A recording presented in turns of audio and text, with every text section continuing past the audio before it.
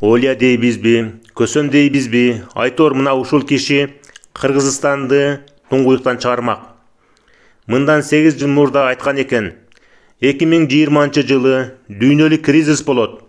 Ошондо элибизди кризистен кумтөрдүн алтыны сактап калат. Ошол үчүн бүгүндөн баштап 20% алтынды Улуттук банкка кол тийгиз запас катары сала баштайлы, деп.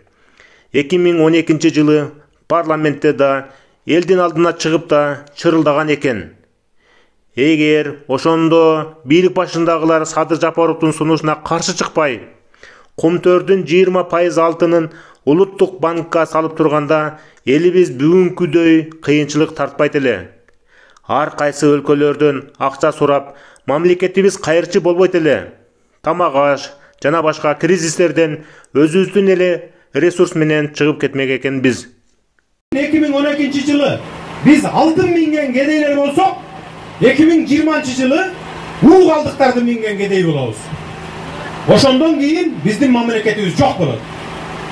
Ошого жол берместен сунуш кылып атканыбыз өкмөткө алалы дагы, өкмөткө алып, өкмөт иштетсин, жана 20% алтынды Нацбанкка кол тийгиз мамлекеттик запас кылып койсун деп атабыз. Сентера эмес, кумтөр, жаңы түзүлгөн кумтөр алтын деп атам.